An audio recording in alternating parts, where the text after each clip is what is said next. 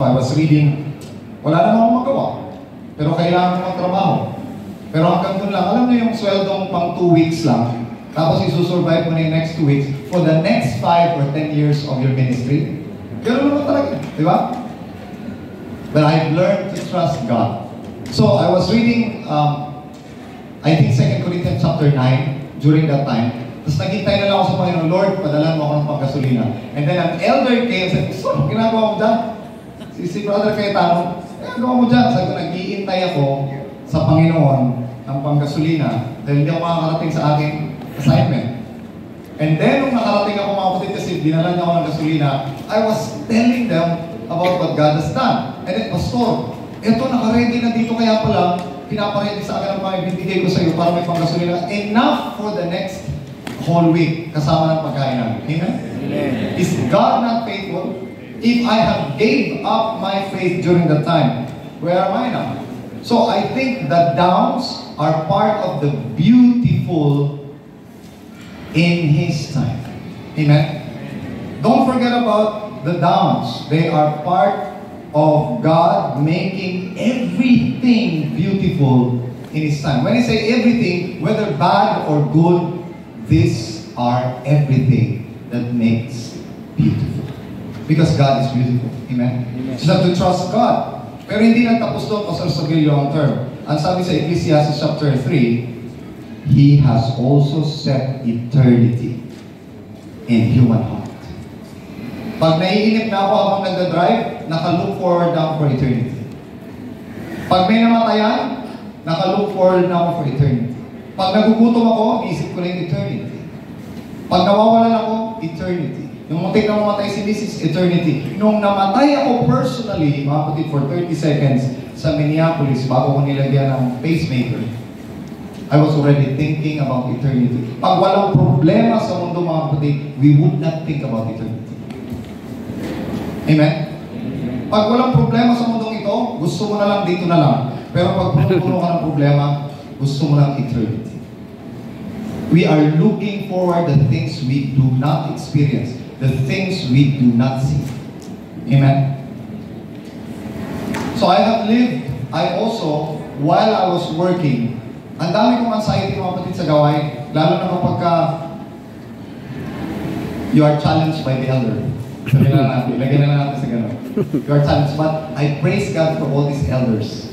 Meron din silang mga struggle sa buhay. Struggle din nila ako during that time. Struggle ko rin sila. But we grew together.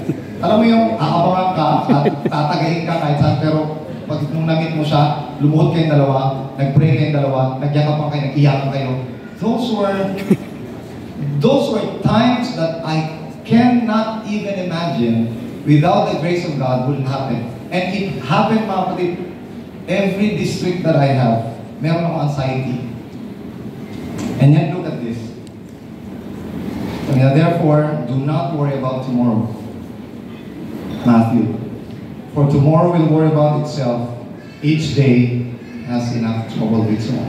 Ang problema natin, mga kapatid, pag wala tayong problema ngayon, nangihiram tayo ng problema bukas. I myself had suffered anxiety when I was in the US. After kong na-pacemaker, after kong na-stent, tapos na pulmonary embolism, nilipat pa ako ng helicopter. After that, mga kapatid,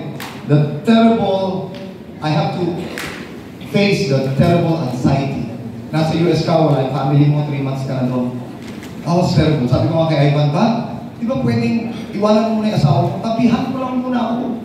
Kasi hindi ako makatulog buong gabi. Ito na yung pills, mga kapatid, na iinumin ko, but I don't want to be dependent on it.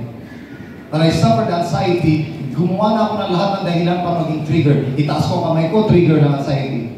Hanggang sa dumating ako sa point, mga kapatid, na parang may aso na sa lahat ng, parang lahat na lang trigger. Pati yung pag-hatching ko, trigger for anxiety. Dumating ako sa point na anxiety na mismo ang trigger ng anxiety ko. Natatakot akong matakot. Kaya, hindi pa ako natatakot, kinatatakutan ko na. Kaya, tumataas ang bibig ko, makabot ko ng 180. Pero yung sabihin mo, mga kapatid, na anong kakainin natin bukas? Sanay na po ako, mga kapatid.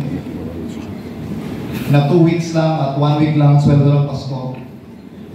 The rest niya, God will provide na.